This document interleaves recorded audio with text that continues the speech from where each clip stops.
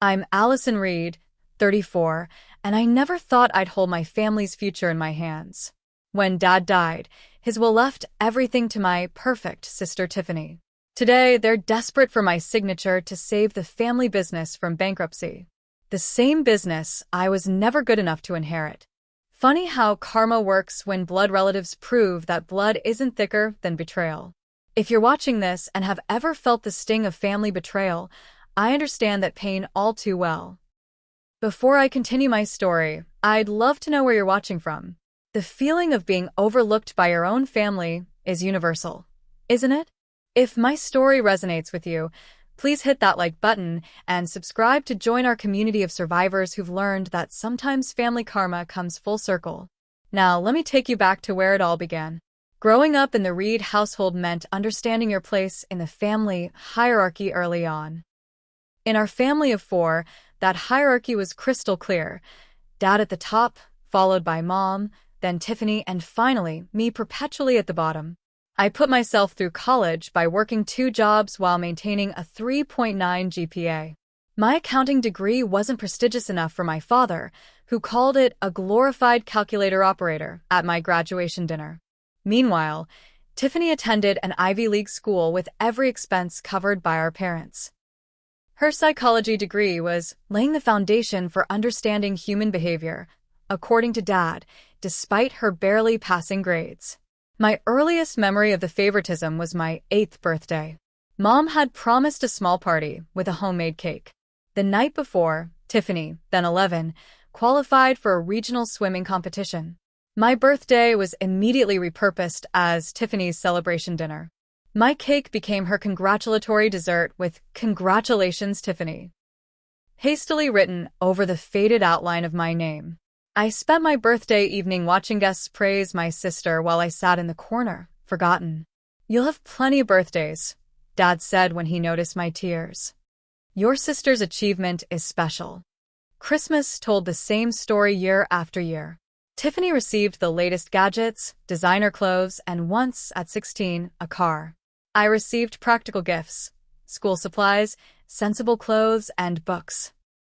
When I unwrapped an outdated calculator while Tiffany squealed over her new laptop, Mom whispered, "It's what your father thought would be useful for you." Dad's criticism formed the background noise of my childhood. My A in calculus prompted a lecture about settling for mediocrity, while Tiffany's C+ in English was celebrated because she really tried this time. When I landed my first accounting internship at a respected firm, Dad asked why I hadn't applied to the more prestigious ones. When Tiffany dropped out of her 3rd unpaid internship, Dad comforted her by saying, "You're too creative for conventional work environments." Mom never contradicted Dad's treatment. Her form of favoritism was subtler, but equally painful. She'd call me the responsible one, not as a compliment, but as justification for giving me less attention. "Tiffany needs more guidance," she'd say, or "Your sister isn't as independent as you are." What she meant was, "You'll be fine without her support, so we're giving it all to Tiffany." Despite everything, I excelled academically. National Honor Society, academic decathlon, valedictorian, achievements that would have been proudly displayed in most homes but were barely acknowledged in ours. At my high school graduation, Dad's only comment was, "Academic achievements won't necessarily translate to real-world success." That same year, Tiffany's swim team placed 3rd in a local competition, and Dad took the entire family out to celebrate at the most expensive restaurant in town. I continued trying to earn their approval through college and into my career. Each promotion at my accounting firm was met with the same tepid response. "That's nice, honey." Meanwhile, Tiffany's series of failed businesses. A yoga studio that closed after 6 months, an online boutique that never turned a profit, and a short-lived career as a wellness consultant were financed by our parents and praised as entrepreneurial spirit despite costing them tens of thousands of dollars. By my late 20s, I had established myself as a senior accountant at a respected firm, purchased my own home, and started saving for my son Jacob's college fund. Tiffany, at 31, was still living in our parents' guest house with her husband Derek and their twins, working part-time at a friend's boutique while finding herself. Yet family gatherings continued to revolve around Tiffany's latest interests and achievements, with my career and son relegated to brief mentions between more important topics. I gradually reduced contact with my family, limiting it to major holidays and occasional Sunday dinners. I still helped them financially, paying for mom's knee surgery when their insurance wouldn't cover it, lending dad money to upgrade equipment for his construction business, and once, against my better judgment, covering Tiffany's rent for 3 months after she quit another job. I told myself I was being the bigger person, maintaining family ties despite the imbalance. The revelation came during Thanksgiving 5 years ago. I'd stepped into Dad's home office to take a work call when I overheard my parents in the adjacent room, unaware of my presence. "Are you sure about changing the will?" Mom asked. "Allison might be hurt." "Allison has her career and that financial mind," Dad replied dismissively. "Tiffany needs security. Besides, Allison's always been self-sufficient. She doesn't need what we've built the way Tiffany does." "But we always said we'd divide everything equally." Mom's voice was hesitant. "Tiffany has the twins to think about, and you know how Derek struggles with steady employment. Allison will understand. She always does." I stood there, phone forgotten in my hand, as the truth crystallized. After decades of trying to prove my worth, of lending them money and offering support, they still deemed me less deserving than my sister. In their eyes, my hard work and independence weren't qualities to reward but justifications to give me less. My success had become the very reason to disinherit me. That night, I drove home in silence, my son asleep in the back seat, and made a decision. I would continue being part of the family, but I would no longer expect fairness or recognition. I would protect myself emotionally and financially. Little did I know that this resolution would be tested sooner and more dramatically than I ever imagined. Dad's funeral was held on a dreary October morning, the gray skies and intermittent rain mirroring the somber mood. He had succumbed to a heart attack at 63, leaving behind a legacy of mixed emotions for me. Standing beside the casket, I accepted condolences with a composed face I'd perfected over years of hiding my true feelings from my family. "Your father was so proud of both his daughters," people kept saying, a sentiment that made me wonder if they'd known a different man than I had. Tiffany stood across the room, dramatically dabbing at her eyes, surrounded by a protective circle of relatives offering comfort. Mom clung to her as if Tiffany were the only buoy in a stormy sea. The reading of the will was scheduled for the following week at our family lawyer's office. Mr. Patterson had been handling our family's legal matters since before I was born. His office smelled of leather-bound books and furniture polish, an unchanged sanctuary of tradition and formality. "Before we begin," Mr. Patterson said, adjusting his glasses, "I want to express my condolences to all of you. Harold was a good man and a valued client." I nodded politely, sensing something odd in the way he avoided eye contact with me specifically. Mom sat rigidly beside me, while Tiffany and Derek sat across the table, Derek's hand possessively on Tiffany's shoulder. The first few minutes covered standard legal formalities. Then came the substance of the will, and with it, the confirmation of what I'd overheard that Thanksgiving day. "To my daughter, Allison Reed, I leave my collection of books and the sum of $10,000. The room seemed to tilt slightly. Books. And $10,000. From an estate worth millions. "To my daughter, Tiffany Morris, I leave the remainder of my estate, including the family home, my full share of Reed Construction, all investments, savings accounts, and other properties." Mr. Patterson continued reading, but his words blurred. I forced myself to breathe evenly, to keep my face neutral despite the humiliation burning through me. Not because of the money itself. I had built my own financial security, but because of what this final act represented. Confirmation that in my father's eyes, I had never measured up. When Mr. Patterson finished, an uncomfortable silence filled the room. He cleared his throat. "Are there any questions?" "Just one," I said, my voice steadier than I felt. "When was this will last updated?" Mr. Patterson shuffled through the papers. "Approximately 4 months ago." For months. Right after I'd refused to loan Tiffany money for yet another business venture, a revolutionary juice cleanse program. I had suggested she develop a business plan first and offer to help her create one. She'd stormed out of my house, calling me stingy and judgmental. "I'm sorry, Allison," Mom said quietly as we left the office. "Your father felt Tiffany needed the security more than you do. You're so good with money, and your career is established.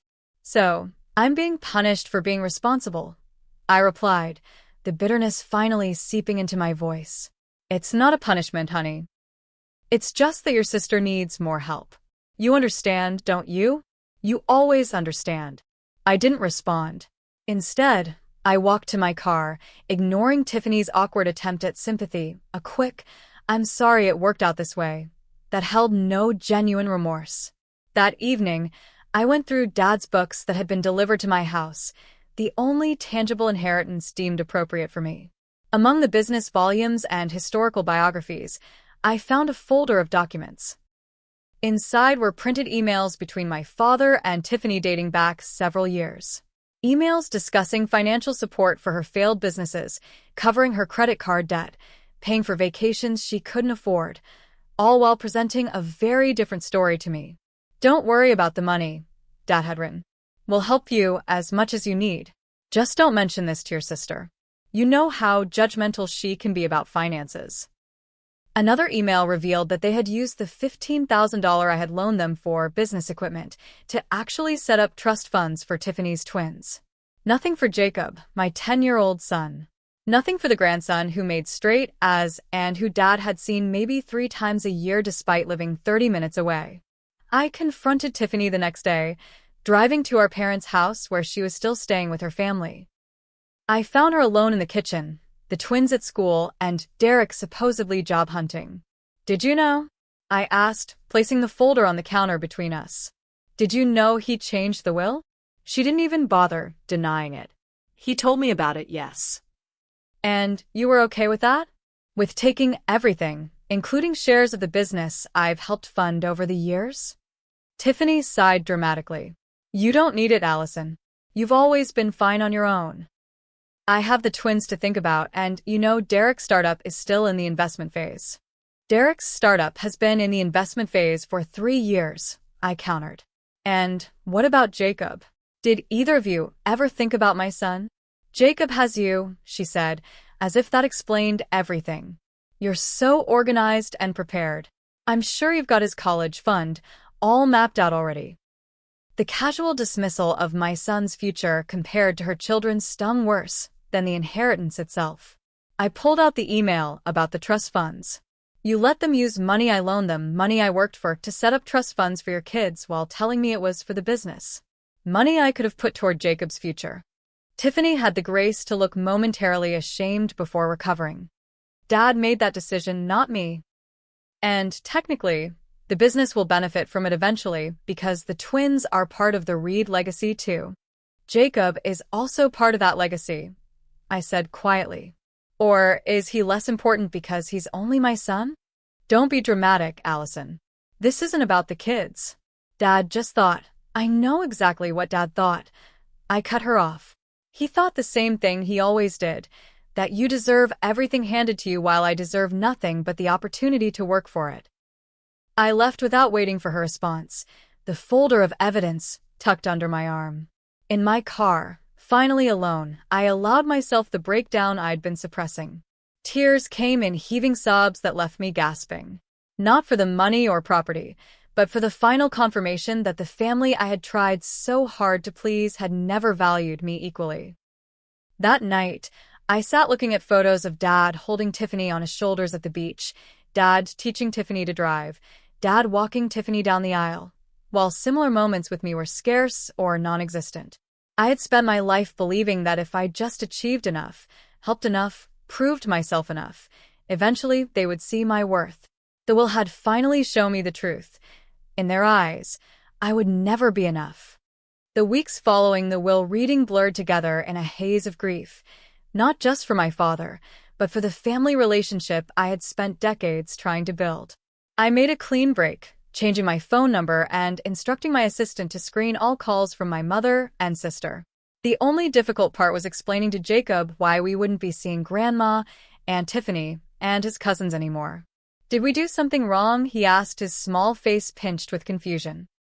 No, buddy, you did absolutely nothing wrong, I assured him, choosing my words carefully.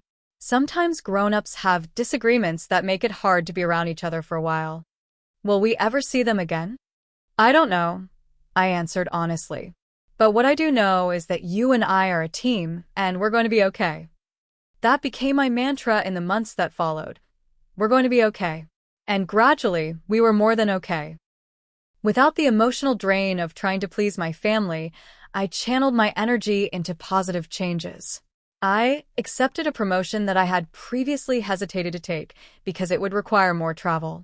Jacob and I moved to a new house in a better school district, farther from my family's orbit, but closer to a science-focused charter school perfect for Jacob's interests. I made new friends, real friends who celebrated my successes instead of minimizing them. I joined a book club, started taking tennis lessons with Jacob on weekends, and even began dating again after years of focusing solely on work and parenting. The most unexpected change came in the form of therapy. Initially, I went to get advice on helping Jacob process the family estrangement, but soon found myself unpacking decades of emotional neglect and conditional love. Dr. Martinez, my therapist, helped me see patterns I had normalized. What you're describing is classic golden child/scapegoat dynamics, she explained during one session. Your achievements threaten the family narrative that Tiffany needed special treatment and attention. But why would my success threaten them? I asked. Shouldn't parents want all their children to succeed? In healthy families, yes. But in families with these dynamics, your success challenged their justification for the unequal treatment. If you could succeed without their help, it raised uncomfortable questions about why Tiffany couldn't. These insights helped me understand that the rejection wasn't about my worth, but about their limitations. The realization didn't erase the hurt, but it helped me stop internalizing their judgment. 6 months after the funeral, I received an unexpected call from Walter Green, my father's longtime business partner at Reed Construction. I've been trying to reach you, he said when we met for coffee. I wanted to make sure you were okay after everything. Walter had always been kind to me, often showing more interest in my career than my own father had. Now in his 70s, he had semi-retired but still kept an office at the company. I'm doing better, I told him. Making changes moving forward. He nodded, then hesitated before continuing. There are some things you should know, Allison. Things about your father and the business that might help you make sense of what happened. Over the next hour, Walter revealed family secrets that rearranged my understanding of the past. My academic scholarship to college, the one my parents had made me feel was barely adequate compared to Tiffany's Ivy League education, had actually been arranged and partially funded by my maternal grandfather before his death. Your grandfather saw how Harold favored Tiffany, Walter explained. He set up a trust specifically for your education, but Harold convinced your mother it would be better if you thought you'd earned it entirely on merit. He said it would build character. More shocking was learning that Reed Construction, the supposedly thriving family business, had nearly gone bankrupt 3 times over the past 15 years. Each time, it was saved by emergency cash infusions, including, Walter suspected, some of the money I had loaned my parents over the years. Your father was a good builder, but a terrible businessman, Walter said. He made risky investments, extended credit to friends who never paid, and generally managed the finances poorly. The company survived on reputation and your father's charm, not sound business practices. The most disturbing revelation was about Tiffany's role in the family dynamics. Your sister learned early on how to manipulate your parents, Walter said carefully. I've seen her in action at company events. Playing up her insecurities, creating crises that required their intervention, positioning herself as needing protection from the world. And from you. From me. I was genuinely confused. I've never done anything to harm Tiffany. Not intentionally, no. But your independence threatened her position. Every time you succeeded on your own, it highlighted her dependence. So she'd create situations that reinforced the narrative that she needed special treatment while you did not. I remembered countless incidents. Tiffany having emergencies that diverted attention from my achievements. Tiffany claiming I made her feel inadequate whenever I tried to help her with practical advice. Tiffany telling our parents I was showing off when I mentioned work accomplishments. "Why are you telling me all this now?" I asked Walter. "Because you deserve to know the truth," he replied simply. "And because I suspect that sooner or later, they're going to need your help again. When that happens, you should have all the facts." His prediction proved eerily accurate, though it would take another 18 months before I heard from my family again. In that time, I continued building my new life, finding a peace I hadn't known was possible. I was promoted to partner at my firm, Jacob thrived at his new school, and I even met someone, Kevin, a civil engineer and fellow single parent who understood the delicate balance of career ambition and present parenting. The most profound change was internal. Without the constant effort to earn approval that would never come, I discovered my own worth. I stopped measuring myself against impossible standards and started appreciating my strengths, my analytical mind, my perseverance, my capacity for genuine care despite past hurts. I recognized that I had always been enough. They just hadn't been able to see it. When my mother finally called, leaving a message with my assistant, I was strong enough to listen without being pulled back into old patterns. I was no longer the desperate daughter seeking validation. I was Allison Reed, partner at Mitchell & Associates, mother to an amazing son, and a woman who knew her value wasn't determined by her family's ability to recognize it. The call came on a Tuesday morning in March, nearly 2 years after I'd last spoken to anyone in my family. My assistant, Brenda, buzzed my office intercom with unusual hesitation in her voice. "Allison, I have your mother on line 1. She says it's urgent." I paused, my finger hovering over the intercom button. 2 years of silence, and now an urgent matter required my attention? I considered ignoring it, but curiosity won out. "Allison." Mom's voice sounded older, friendlier than I remembered. "Thank goodness you picked up. I've been trying to reach you." "What do you need, Mom?" I kept my tone neutral, professional. "It's the business. Reed Construction is in trouble, serious trouble. We need to talk to you in person. Please." I agreed to meet her at a coffee shop halfway between our homes, a public place where I could maintain emotional boundaries. When I arrived, I was surprised to find not just my mother but also Mr. Patterson, the family lawyer. Mom looked haggard, the carefully maintained appearance she'd always prided herself on now showing signs of neglect. Her hair had more gray than I remembered, and she'd lost weight her small frame couldn't afford to lose. "Thank you for coming," she said, reaching for my hand across the table. I let her take it briefly before withdrawing. "What's this about?" I directed my question to Mr. Patterson, trusting his professional obligation to be straightforward more than my mother's emotional appeals. "Reed Construction is facing bankruptcy," he explained. "There have been some financial irregularities under the new management." "New management meaning Tiffany," I clarified. He nodded uncomfortably. "After your father's passing, your sister took a more active role in the company.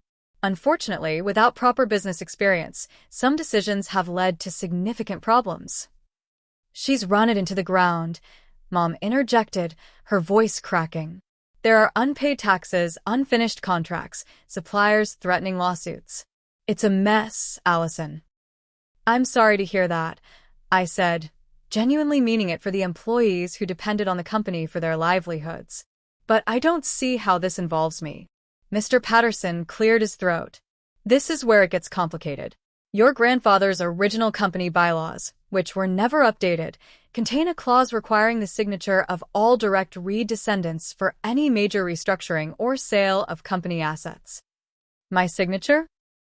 "The same name that wasn't worthy of inclusion in the inheritance." The irony wasn't lost on me.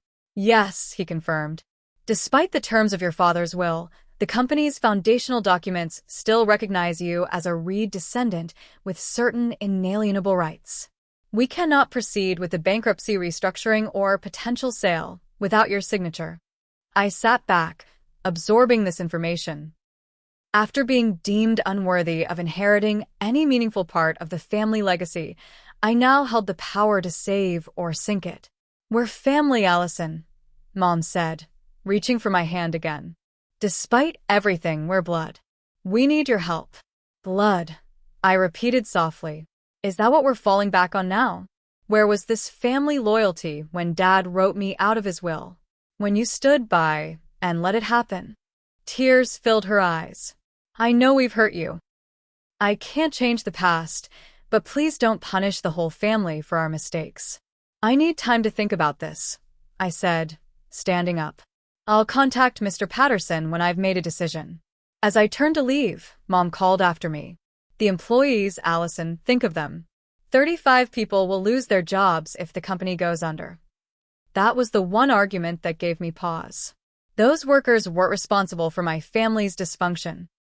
The next day, I received a call from Derek, Tiffany's husband. His approach was less emotional and more aggressive. "Look, Allison, I know there's bad blood between you and Tiffany, but you need to sign these papers. We're talking about your father's legacy here." "Interesting that you're concerned about my father's legacy now," I replied. "Where was this concern when you and Tiffany were making financial decisions that endangered the company?" "That's not fair," he protested. "We've had some setbacks, sure, but the economy has been tough on everyone. Has it been tough enough to make you sell the boat?" I asked, having seen recent social media posts of their family on a new yacht. "Or the vacation home in Aspen?" His silence was telling. "That's what I thought. The business may be struggling, but your lifestyle doesn't seem to be suffering. Just sign the papers," he snapped before hanging up. 3 days later, Mom showed up unannounced at my front door. It was Saturday afternoon, and Jacob was at a friend's house for a birthday party. "I know I should have called first," she said, standing awkwardly on my porch. "But I was afraid you wouldn't agree to see me." I reluctantly invited her in, noticing how she studied the photos of Jacob on the wall, her grandson who had grown 2 inches since she'd last seen him. "He looks like you," she commented, pausing at a recent school picture. "He has your eyes." "He has my determination too," I said. "And my ability to thrive despite challenges." She winced at the implied criticism, but didn't argue. "I've missed so much of his life. Of your life." "That was your choice, Mom. You chose Tiffany's side every time, including when Dad cut me out of the will." "I know," she admitted, sinking onto my couch. "I've always taken the path of least resistance. It was easier to give Tiffany what she wanted than to deal with her emotional outbursts. Easier to let your father favor her than to challenge him. You were always so self-sufficient, so capable. I told myself you didn't need me the way she did." "Everyone needs their mother," I said quietly. "Everyone needs to feel valued by their family." For the first time, I saw genuine regret in her eyes. "You're right. I failed you, Allison. I can't change that. But I'm asking you, begging you, to help us now. If not for me or for Tiffany, then for the employees who will lose everything." I thought about the 35 families who depended on reconstruction for their livelihoods. People who had nothing to do with my family's dysfunction but who would suffer the consequences of Tiffany's mismanagement. "I'll think about it," I promised. "But I need to know exactly what's been happening with the company. All of it, not just the version you want me to hear." Mom nodded, relief visible on her face. As she was leaving, she turned back. Could I maybe see Jacob sometime? Even just for a little while?" The request caught me off guard. In 2 years, she had made no attempt to contact her grandson. Now, when she needed something from me, she suddenly remembered his existence. "We'll see," was all I could manage to say. After she left, I stood in my kitchen, emotions warring within me. Part of me wanted to refuse outright, to let them face the consequences of their actions. Another part recognized the innocent people who would be affected by such a decision. And a small, persistent voice wondered if this crisis might be the leverage I needed to finally right the wrongs of the past. I'm still trying to process everything that's happened today. Family dynamics are always complicated, aren't they? Have you ever been in a situation where someone who hurt you suddenly needed your help? It's such a conflicting position to be in. If you've experienced something similar, I'd love to hear your thoughts as I continue my story. Sometimes, knowing we're not alone in these family struggles makes them a little easier to bear. Before making any decisions, I needed facts, real, unvarnished financial data about Reed Construction's situation. As an accountant, I knew better than to take anyone's word about financial matters, especially when those words came from family members who had previously betrayed my trust. I called Walter Green, who still maintained connections with the company despite his semi-retirement. I need access to the company's financial records for the past 2 years, I explained. Complete access, not just what Tiffany wants me to see. Walter didn't seem surprised by my request. I've been expecting your call. The situation is worse than they're probably telling you. I can get you what you need, but you should know, what you find won't be pretty. He was right. The financial records revealed a company in far worse shape than even my mother had indicated. Tiffany had been using the business as her personal ATM, withdrawing management bonuses that the company couldn't afford. Equipment had been sold off and the money diverted to non-business accounts. Client deposits had been spent before work was completed, leaving the company unable to fulfill contracts. Most concerning was evidence of potential tax fraud, payroll taxes withheld from employee checks but never remitted to the government. This wasn't just mismanagement. It was potentially criminal. I brought the findings to my own lawyer, Diane Sharma, a sharp-minded corporate attorney I'd met through professional networking. Based on what you've shown me, Diane said after reviewing the documents, your sister could be facing serious legal consequences beyond just bankruptcy. The payroll tax issue alone could result in criminal charges. And my parents? I asked. They've been hands-off with the business since my father died, but their names are still on everything. They could be held liable as well, especially if they were aware of the issues and did nothing. At minimum, they could lose everything: the house, retirement accounts, personal assets. I sat with that knowledge, feeling the weight of it. Despite everything, I didn't want to see my mother homeless or my sister in legal jeopardy that would affect her children.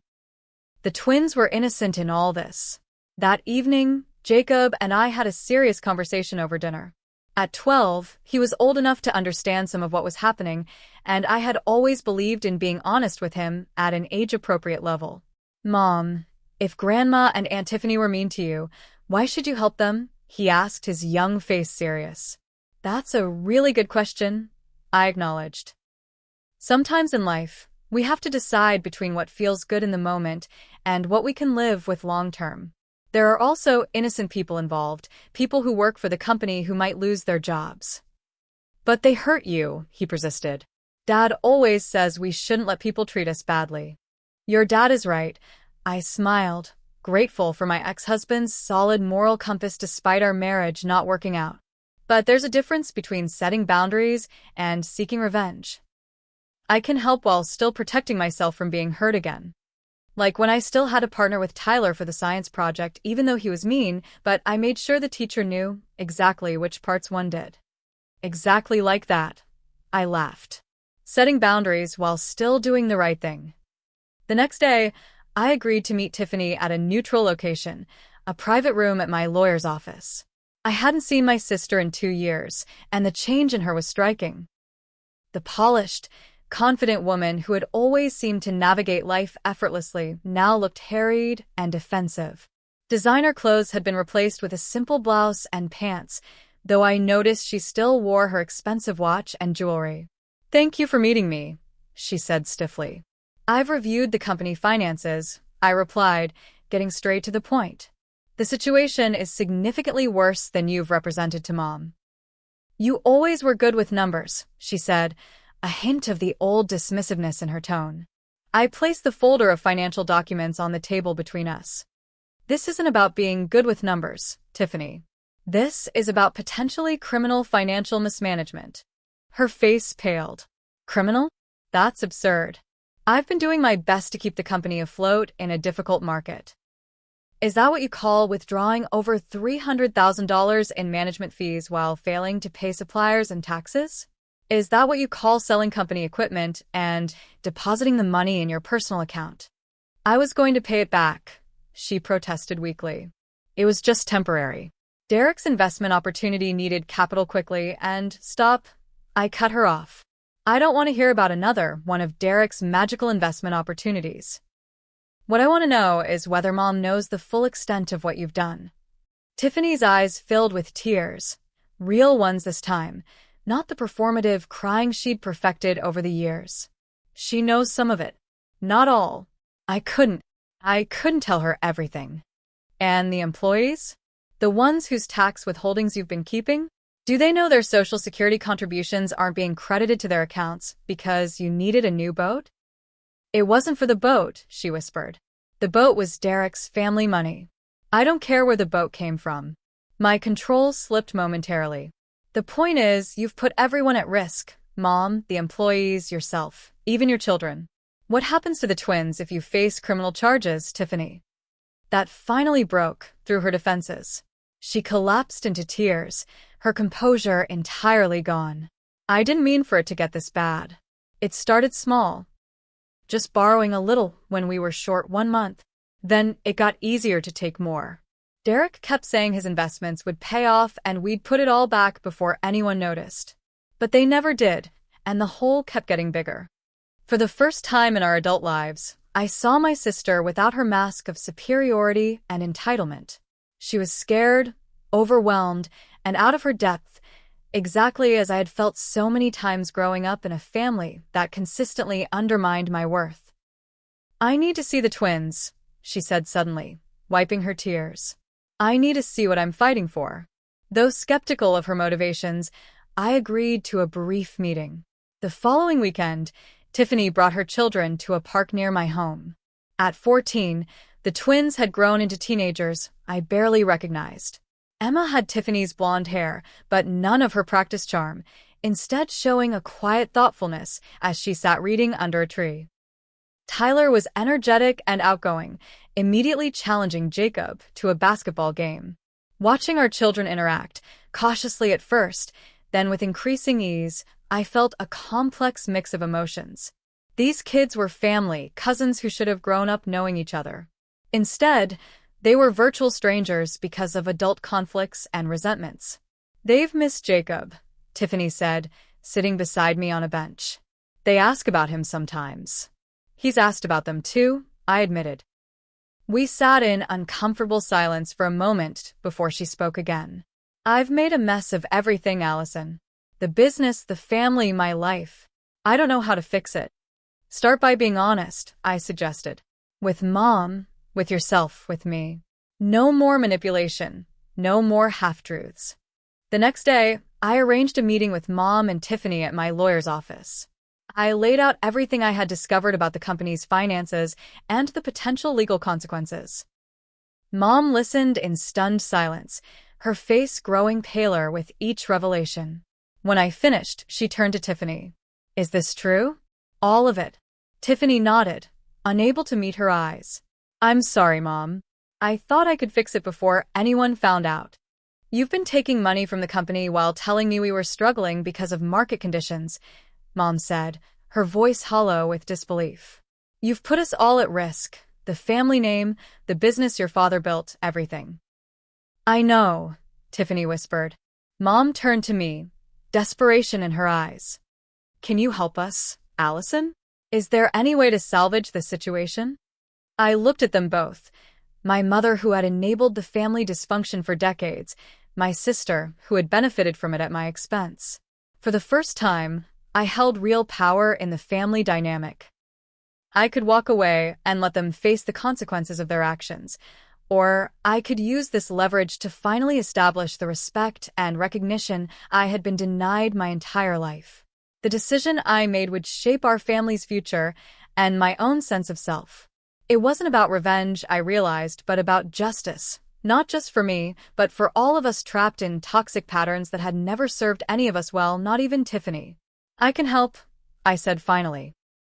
But this time, it will be on my terms. I scheduled the meeting for 9 a.m. on a Monday at my lawyer's office in downtown Seattle. The setting was intentional, neutral territory with professional witnesses, not the family home where old dynamics could too easily reassert themselves. Diane Sharma sat beside me, a portfolio of documents organized before her. Across the polished conference table sat my mother, Tiffany, Derek, and Mr. Patterson. Derek had dressed in what I recognized as his business meeting attire, the same expensive suit and power tie he wore when trying to impress potential investors in his perpetually failing ventures. His demeanor was aggressively confident, a stark contrast to Tiffany's subdued appearance and my mother's evident exhaustion. "Let's get this over with," Derek said before anyone else could speak. "We all know why we're here. Allison has the signature we need.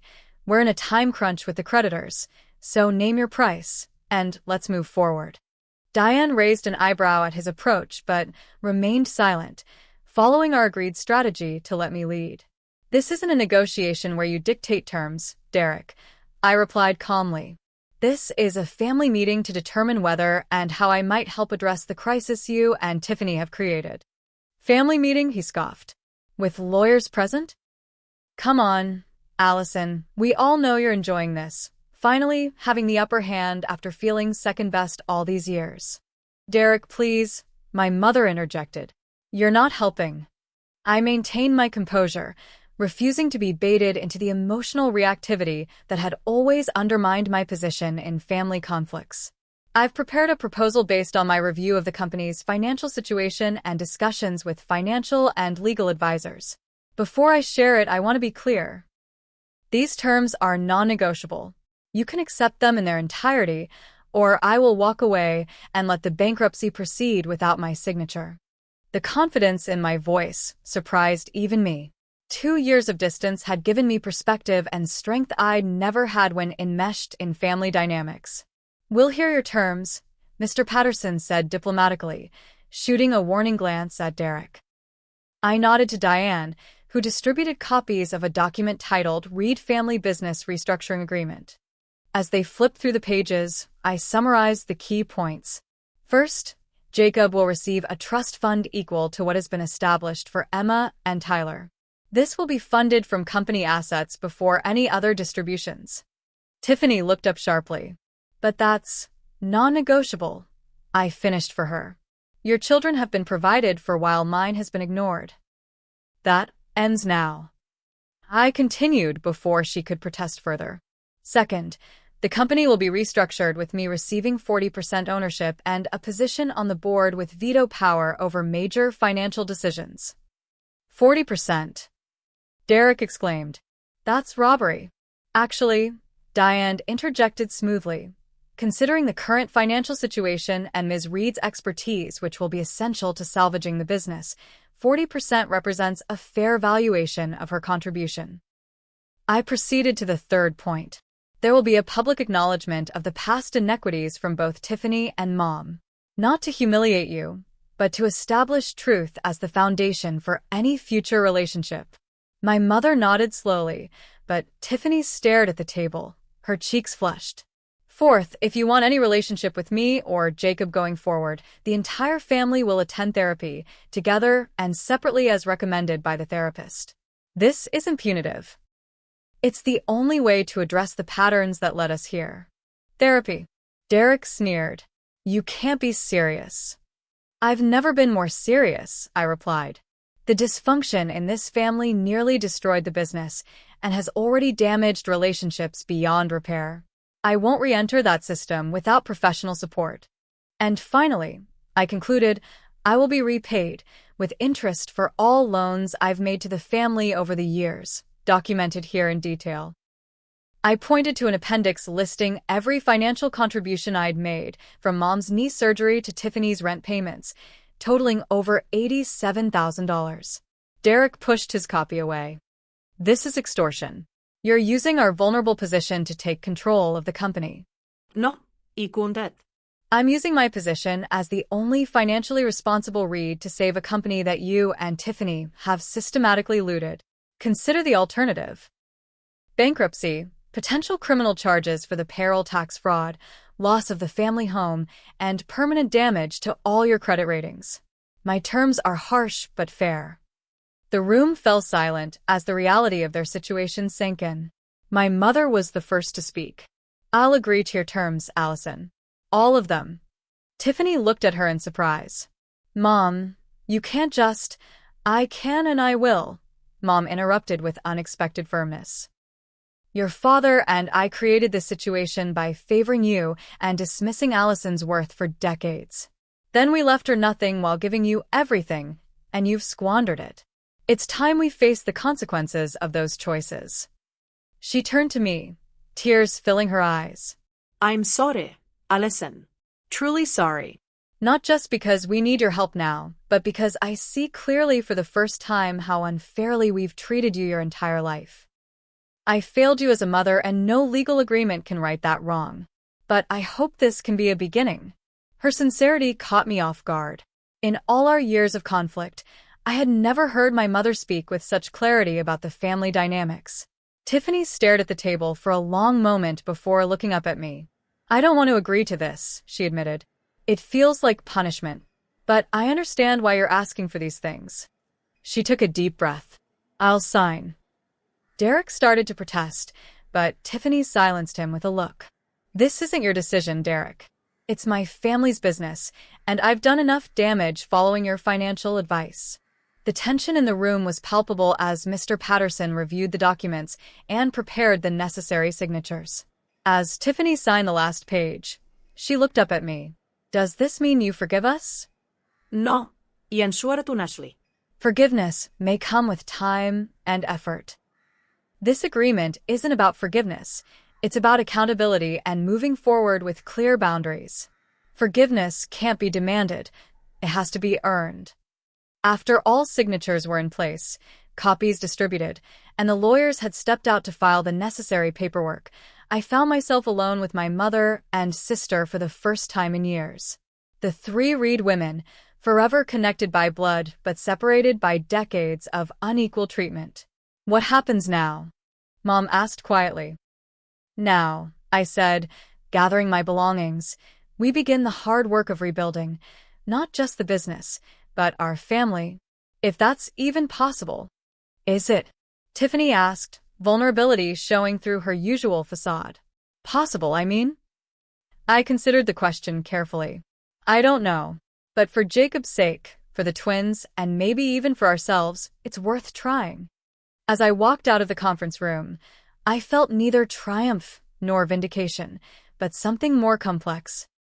The weight of responsibilities freely chosen rather than imposed, and the first tentative steps toward a more balanced family dynamic. Not based on the old pattern of me giving and them taking, but on mutual respect and clear boundaries. The real test would begin tomorrow, when I would step into Reed Construction for the first time as part owner and begin untangling the financial mess Tiffany had created. But for today, I had accomplished what once seemed impossible. I had changed the rules of engagement in a family system that had been stacked against me from birth. 6 months after signing the restructuring agreement, I stood in what had once been my father's office at Reed Construction, now my workspace 3 days a week. The view of downtown Seattle was the same, but everything else had changed. Gone were the darkwood furnishings and hunting trophies that had dominated the space, replaced with a modern desk, ergonomic chair, and framed photos of Jacob.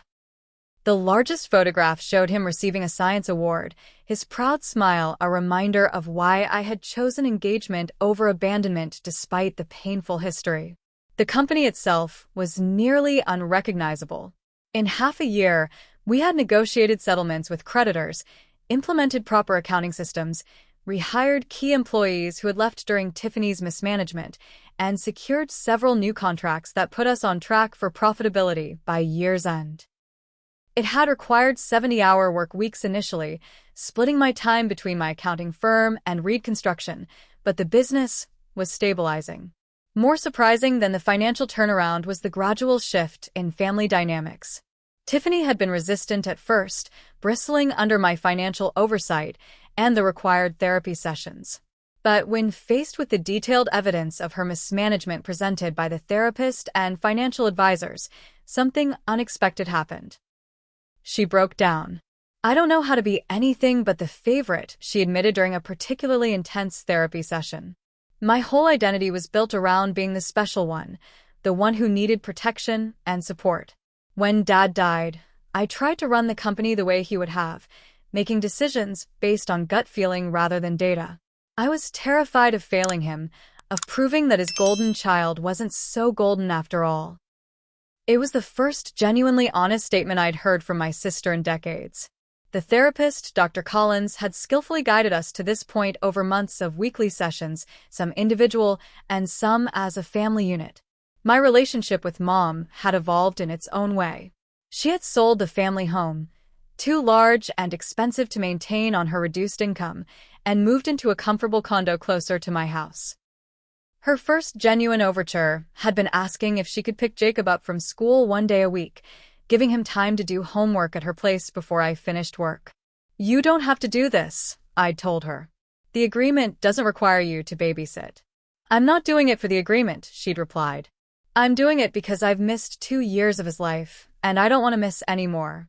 If you'll allow it." Jacob had been cautiously excited about reconnecting with his grandmother, and over time, their Tuesday afternoons became a highlight of his week. Mom took a genuine interest in his science projects and coding experiments, subjects my father would have dismissed as impractical. She displayed his awards prominently in her condo and attended his school presentations, proudly introducing herself to his teachers as Jacob Reed's grandmother. The professional relationship with Tiffany developed more slowly. Initially, she had resented my presence in the company, viewing my financial expertise as an implicit criticism of her capabilities. But as the business stabilized and employees' jobs became secure again, her attitude gradually shifted. "I don't know how you do it," she admitted one evening as we worked late reviewing contractor bids. "All these numbers actually make sense to you. They tell a story," I explained. "Just like your client relationships tell a story. We have different strengths." That conversation marked a turning point. We began dividing responsibilities according to our abilities rather than ego, Tiffany handling client relations and project development where her social skills shone, while I managed the financial and operational aspects. Derek had been pointedly excluded from any involvement in the business, a boundary Tiffany had initially resisted but eventually enforced herself after discovering yet another failed investment scheme. The most meaningful project of the Reconstruction period was establishing the Thomas Reed Scholarship Program, named after our grandfather, who had secretly funded my education. The program provided trade school and college funding for children of Reed construction employees, with special consideration for first-generation college students. "Grandpa would have loved this," Mom said at the launch event, where we awarded the first 5 scholarships. "He always believed education was the great equalizer." "Why didn't you ever tell me he arranged my scholarship?" I asked her. "All those years, I thought it was based purely on merit." "Your father insisted we keep it quiet. He thought you'd work harder, believing you'd earned it entirely on your own." She hesitated. "And I think he was threatened by how much his father-in-law believed in you." It highlighted his own favoritism toward Tiffany. These moments of honesty, painful as they were, helped heal wounds I had carried for decades. Not completely, some scars would always remain, but enough to build something new on the ruins of our former relationship. The first family holiday after the restructuring was Thanksgiving, hosted at my house by mutual agreement as neutral territory. The tension was palpable as we gathered around the table: Mom, Tiffany, the twins, Jacob, and me. Derek had been invited but had chosen to spend the holiday with his brother instead, a relief to everyone including, I suspected, Tiffany. "Should we say what we're thankful for?" Jacob suggested, looking around the table. "That's a wonderful idea," Mom agreed. One by one, we shared our thoughts. The twins spoke of school achievements and friends. Jacob mentioned his science club and getting to know Grandma again. When my turn came, I paused, considering my words carefully. "I'm thankful for second chances," I said finally. Not blind forgiveness or pretending the past didn't happen, but the opportunity to build something better with open eyes and honest hearts. Mom wiped away tears. "I'm thankful for the wisdom that sometimes comes too late, and for children who are stronger and braver than their parents deserved." When it was Tiffany's turn, she looked directly at me for the first time that day. "I'm thankful for boundaries," she said, surprising everyone. for finally understanding that real love includes accountability, not just endless accommodation. And for a sister who found the strength to break our family's destructive patterns when no one else could. Later, as we cleared the dishes, Tiffany handed me a small box. "I found this in Dad's storage unit when we were clearing it out," she explained. "I think you should have it." Inside was a worn leather journal. Opening it, I recognized my grandfather's handwriting. The first entry, dated the year I was born, read, "Today I met my granddaughter Allison for the first time. There's a brightness in her eyes, a determination already visible. Harold may not see it yet, but this child will be exceptional. I'll make sure she has the opportunities she deserves, whether they recognize her gifts or not." "Did you read this?" I asked Tiffany. She nodded. "It helped me understand some things. About you, about Dad, about myself. Grandpa saw you clearly from the beginning. The rest of us took too long to catch up." Standing in my kitchen with my sister, both of us holding pieces of a family history being rewritten, I felt the weight of the journal in my hands, a tangible reminder that I had always been seen and valued, even when it wasn't by the people whose recognition I craved most. Looking back at the old family photo hanging in the hallway, taken when Tiffany and I were children, she front and center on Dad's shoulders, me standing slightly apart. I contrasted it with the new one taken just that afternoon.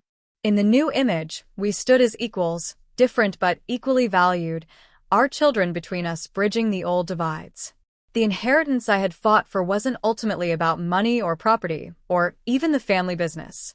It was about claiming my rightful place in the family narrative, insisting on a truth that had been denied for too long.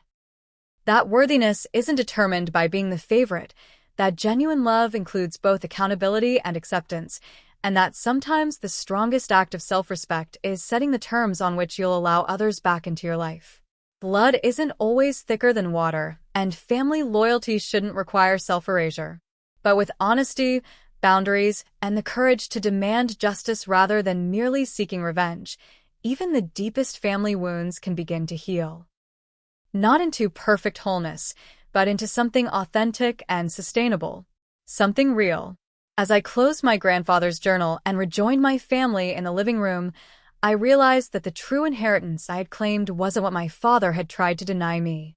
It was the strength that came from walking through fire and emerging not unscathed, but unbroken. I know many of you watching have experienced your own family struggles, perhaps even betrayals that cut as deeply as mine did. If my story has resonated with you, I'd be grateful to hear about your own journey toward healing or justice in the comments below. Has a family member ever tried to deny you what was rightfully yours? How did you respond? Sometimes sharing these stories helps us all feel less alone in our struggles. If you found value in my experience, please consider subscribing to this channel and hitting the like button so others facing similar situations might find this story too. You can also share this with someone who might need to hear that standing up for yourself isn't selfish. It's sometimes the only way to break destructive family patterns.